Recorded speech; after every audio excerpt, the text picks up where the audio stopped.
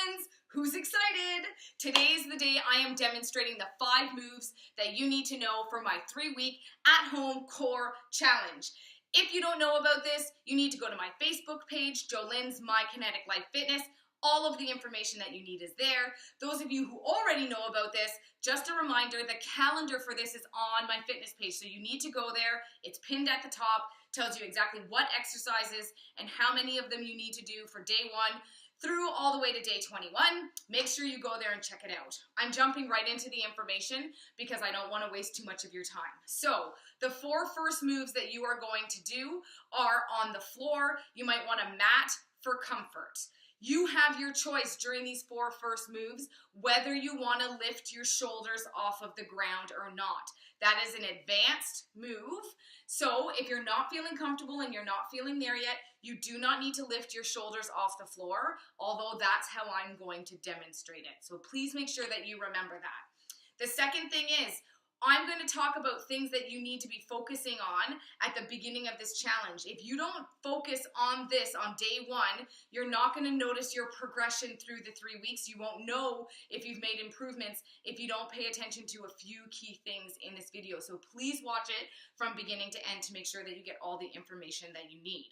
The first thing that I'm going to do is just go through the 5 different moves. I'm going to show you what they look like. I'm not going to talk about the form yet. I'll save that for the end of the video, just so that you can put a picture to the words on the calendar. So the first move is called the 100.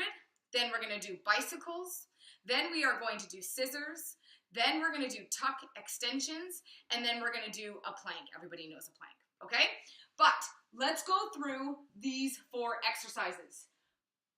When you figure out what your baseline is, you will figure out whether you have your shoulders off the floor and how low your legs go for these next movements.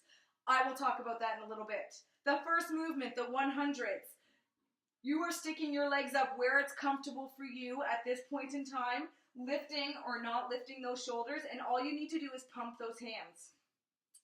And you're breathing in for 5 and out for 5, in for 5 and out for 5.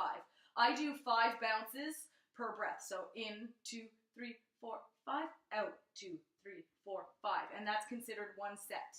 Then you are going into your bicycles, driving your energy through your heels. A set is doing right and left. Okay? So that means essentially you're doing 10, right? So you're just pulling your knee in, hovering that heel over the floor, making sure that energy is shooting right out of the heel. Right here. Again, shoulders on or off the floor, depending on how advanced you are. Next are the scissors. Same movement, but instead of bent knees, both legs are straight. Scissors. Right here. This time, we're pointing our feet, drawing that energy through our toes. Again, a set is right and left. That's 1. Next one, tuck extensions. Tucking in, extending arms and legs out. Tucking in, extending arms and legs out. Your next one is your plank. I want you to do a plank on your hands to start off with. We can progress to forearm planks later, which take a bit more control. But for now, everybody knows the plank. We are here. I want toes, heels, knees glued together, glutes squeezing. Your forearms and heels of your foot are right underneath those shoulders as you're planking. Okay? Those are the 5 movements that you need to know for day 1.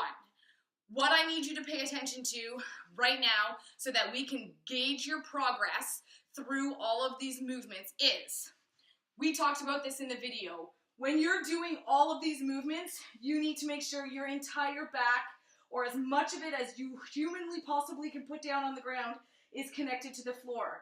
You are going to want to push those abs out and have the space here. We don't want that. You need to draw those abs in, flat back on the floor.